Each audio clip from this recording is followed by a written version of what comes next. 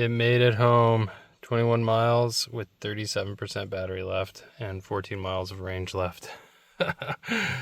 If this is you, you're definitely going to want a new battery for your Nissan Leaf, just like I'm getting a new battery for my Nissan Leaf. So I'm going with Vivne. I think I'm saying that right. This is a cool company out of Japan, and they have 3 different batteries you can choose for the Leaf. Since I'm going to do this labor myself, I'm going to go all the way home with the 62 kilowatt hour version, which at the time of this recording is in the $8,000 price range in the USD market. So once you decide what battery you have, you're going to need to get some information to put your order in. So you can reach out to them. They'll send you this guide to figure out what type of vehicle you have, and then you can use the LeafSpy app to collect some more of that information. In general, there's 2 types of vehicles, the Zebra Echo 0 and the Alpha Zebra Echo 0. One is light in color, one is dark in color, and one has a battery placement that is perpendicular to the other battery placement. So if you just look at those, and by battery placement I mean the 12-volt battery, not the high voltage battery. If you don't do technical stuff, just start by taking the exact same 3 pictures you see in the PDF right before you and sending those to Vivne, and they will help you get to the next step, which is finding your ECU version. And that can be done in the LeafSpy app. So this is the LeafSpy app. It has all sorts of fun information about your Leaf, and it will definitely tell you where your state of health is.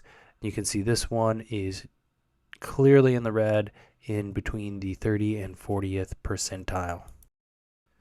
This other screen shows that we have 5.5 kilowatt hours of power remaining, which could give us about 17 miles at 4 kilowatt hours per mile at a state of charge of 70%.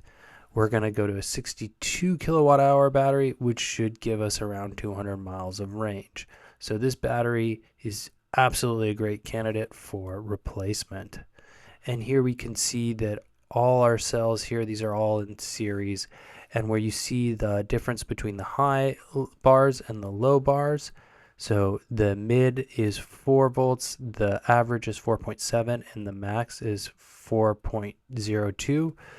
And then we can see the mid dropping down to 3.9.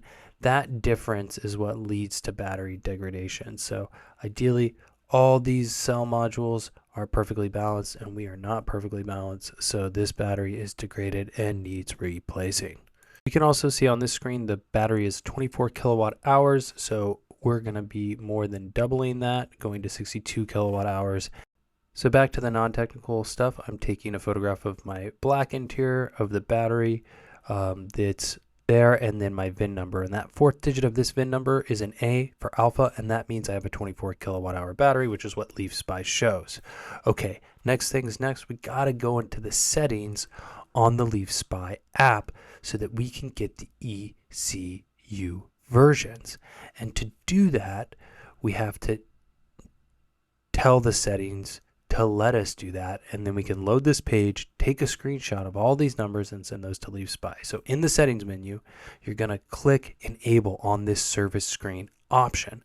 Once you've clicked enable there, then you can read the ECU versions and see the ECU versions. Take a screenshot, send that to Vivne, and they will be able to package your battery to the exact specification for your vehicle. Pretty cool, right? This week I just ordered a battery from Vivne. It should be here in 2 to 3 months, and once it gets here, I'm going to install it. So subscribe if you want to watch me do that and learn from what I do.